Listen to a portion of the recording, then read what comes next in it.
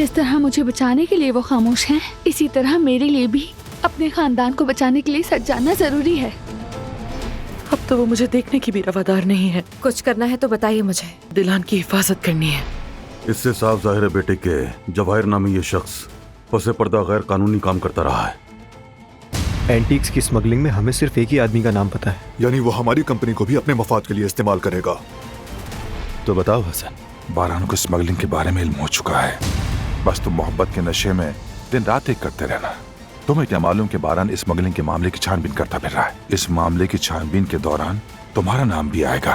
जब सब कुछ बेनकाब हो जाएगा तो आपका क्या होगा, बस ये सोचिए।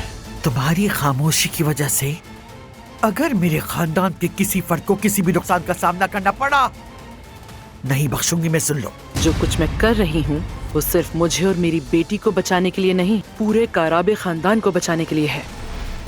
हम अपनी हिफाजत खुद कर लेंगे, तुम्हारी जरूरत नहीं है किसी को।